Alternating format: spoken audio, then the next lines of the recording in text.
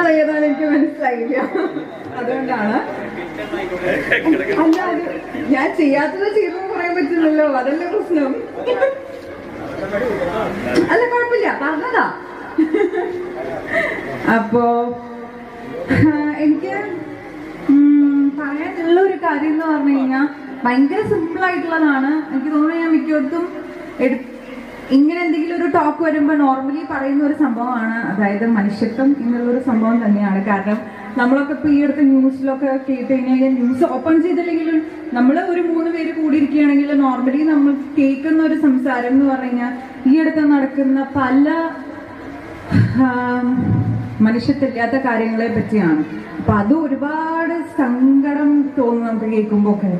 Like ഇപ്പോ നിഹർ എന്ന് പറഞ്ഞ കുട്ടിയുടെ മരണം, കൂടെയുള്ള കുട്ടികൾ തന്നെ റാഗ് ചെയ്തുകൊണ്ട് ആ കുട്ടിക്ക് സങ്കടം സഹിക്കാൻ പറ്റില്ല. അത്രയും ക്രൂരത ചെയ്യുമ്പോ ആ ഒരു ചെറിയ പയ്യന് എത്രത്തോളം സ്ട്രെങ്ത് ഇല്ലാഞ്ഞിട്ടായിരിക്കും അങ്ങനെ ഒരു സൂയിസൈഡ് ചെയ്യുക എന്ന് പറഞ്ഞൊരു തോട്ടിലേക്ക് വന്നിട്ടുണ്ടാവുക.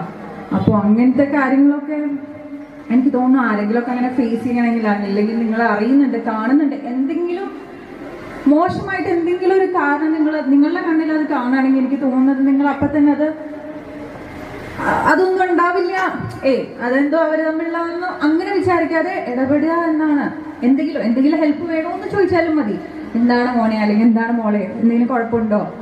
ചിലപ്പോൾ ആ കുട്ടിയെ, അല്ലെങ്കിൽ കുട്ടീന്നല്ല ആരെയായാലും നമ്മൾ അറിയാതെ സേവ് ചെയ്യായിരിക്കും ഒരു പക്ഷെ. അപ്പോ എനിക്ക് പറയാനുള്ളത് ഇതാണ്. അതുകൊണ്ടാണ് ഞാൻ ഇങ്ങനെ ഒരു ടോപ്പിക്കിനെ പറ്റി പറഞ്ഞത്. ഇപ്പൊ ഈ ഒരു ടോപ്പിക് എന്നല്ല, പല കാര്യങ്ങളും, വൈഫിനെ വെട്ടിക്കൊന്നു, ഹസ്ബൻഡിനെ വെട്ടിക്കൊന്നു, ഇതൊക്കെ എങ്ങനെയാണ് തോട്ട് വരുന്നതെന്ന് എനിക്ക് അറിയാം.